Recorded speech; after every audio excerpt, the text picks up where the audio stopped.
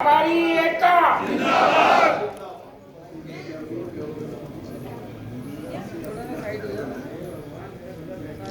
देश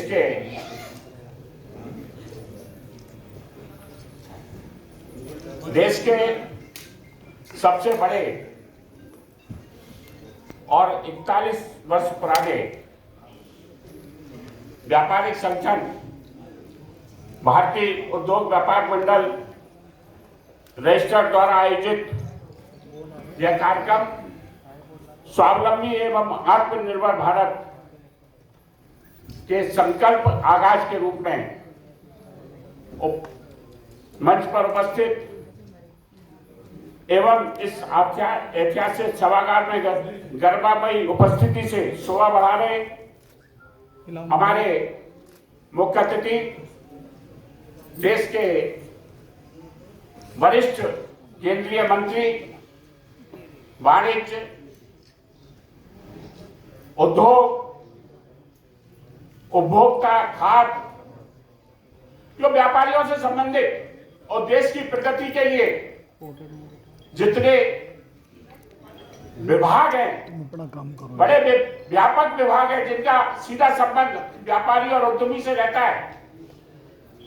ऐसे विभागों के सम्मानित मंत्री और हमारे व्यापारी समाज के गौरव आदरणीय श्री पीयूष गोयल जी, मंचासी भारतीय उद्योग व्यापार मंडल के चेयरमैन, भारतीय जनता पार्टी हरियाणा व्यापार प्रकोष्ठ के संयोजक आदरणीय श्री बालकिशन अग्रवाल जी, भारतीय उद्योग व्यापार मंडल के राष्ट्रीय महामंत्री भाई श्री गोपाल गौड़ जी, बीकानेर वाले जिन्होंने बीकानेर के नाम से सारे देश में और विश्व में हमारा व्यापारियों का नाम रोशन किया है, ऐसे वरिष्ठ उपाध्यक्ष श्री नवरत्न अग्रवाल जी बीकानेर वाले, राष्ट्रीय कोषाध्यक्ष श्री जगदीश बेनीवाल जी, श्री हमारे स्वागताध्यक्ष भाई वासुदेव गर्ग जी, श्री एरन जी, श्री राजीव जैन जी, उत्तर प्रदेश के सम्मानित अध्यक्ष भाई अरुण अग्रवाल जी, राजस्थान प्रदेश के अध्यक्ष भाई किशोर टाक जी, मंचासी हमारे महामंत्री वरिष्ठ महामंत्री श्री ज्ञानेश मिश्रा जी, भाई रविंद्र त्रिपाठी जी और महिला शक्ति के रूप में राष्ट्रीय कार्यक्रम संयोजका डॉक्टर सपना बंसल जो डीयू की प्रोफेसर भी है और मंचासी रवि प्रदेश मंत्री महामंत्री उत्तर प्रदेश के श्री रविंद्र त्रिपाठी जी। मैं समय की सीमा और समय का अभाव है, माननीय मुख्य अतिथि जी हमारे बीच में एक बहुत आवश्यक बैठक को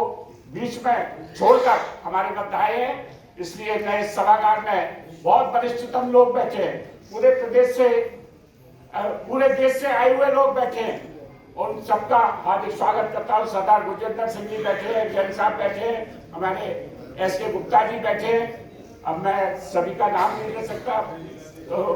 मेरी समय की बाध्यता है, मैं सभी का अभिनंदन और वंदन करता हूँ। आज का ये कार्यक्रम देश के माननीय यशस्वी प्रधानमंत्री श्री नरेंद्र मोदी जी द्वारा भारत को विश्व की सबसे बड़ी अर्थव्यवस्था के रूप में $5 ट्रिलियन की अर्थव्यवस्था बनाए जाने के संकल्प और आह्वान का हृदय से स्वागत करता है। इस लक्ष्य को अंजाम तक पहुंचाने में इस देश एवं राज्यों की अर्थव्यवस्था में महत्वपूर्ण योगदान रखने वाले हमारे सभी छोटे बड़े व्यापारी, कारोबारी, सूक्ष्म लघु मध्यम उद्यमी, स्टार्टअप, एमईएस तथा मुद्रा योजना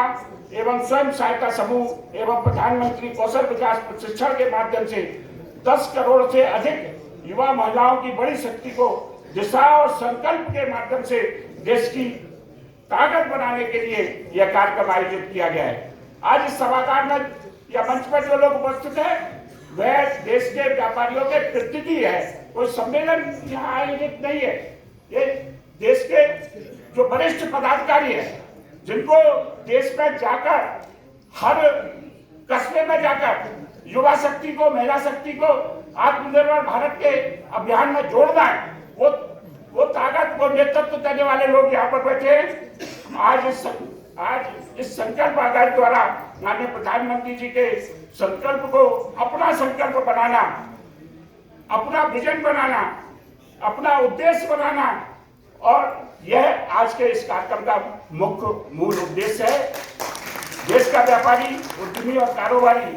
महिला और युवा शक्ति उसके लिए पूर्ण शक्ति और सामर्थ्य से तैयार है। हम इसका भी विश्वास भारत सरकार को और भारत सरकार के प्रतिनिधि के रूप में हमारे अपने ही परिवार के भाई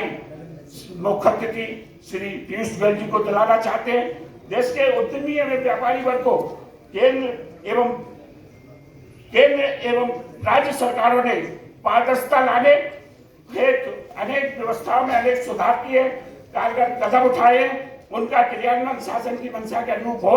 उसकी समीक्षा और अनुसरण की भी व्यवस्था की है और उसकी आगे भी और ज्यादा आवश्यकता है। स्वावलंबी और आत्मनिर्भर भारत अभियान में सहयोग करने तथा अपनी योग्यता, प्रतिभा और क्षमता से भारत सरकार की जो योजनाएं एमएसएमई सेक्टर की इकाइयों एवं स्टार्टअप मुद्रा योजना, स्वयं सहायता समूह अधिकारियों के निष्पादन में खासकर बैंकों एवं कार्यदायी संस्थाओं द्वारा लगातार जो अटकाव किया जाता है, जो अवरोध उत्पन्न किया जाता है, सरकार उस प्रवृत्ति पर रोक लगाने के लिए कारगर कदम उठाए। इसका मेरा माननीय अपने बीच में उपस्थित माननीय मंत्री जी से आग्रह है। सरकार द्वारा कृषि बिलों के माध्यम से जो मंडी शुल्क को समाप्त करने की घोषणा की गई थी, उसको सभी राज्यों में पुनः लागू करने की आवश्यकता है। जो मंडियों में जो व्यापारी है, जो कारोबारी है, जो गोदाम है, उनको फ्री होल्ड किया जाए, इसकी भी ये भी समय की आवश्यकता और मांग है। उद्यमी व्यापारी के साथ होने वाली आकस्मिक घटना, लूट, डकैती, राजनी, विपदा में, सूखा में, आगजनी में जो नुकसान हो जाते हैं, उनकी भरपाई का अन्य वर्ग सभी वर्गों के लिए प्रावधान है, परंतु उद्यमी और व्यापारी के लिए कोई प्रावधान नहीं है। उस प्रावधान को लागू करने के लिए व्यापारी कल्याण कोष की स्थापना की जाए। जो व्यापारी पूरी जिंदगी अपना उत्सर्ग करके बिना किसी सरकारी सहायता के अपना व्यापार करता है, आत्मनिर्भर बनता है और औरों को भी रोजगार देने का काम करता है,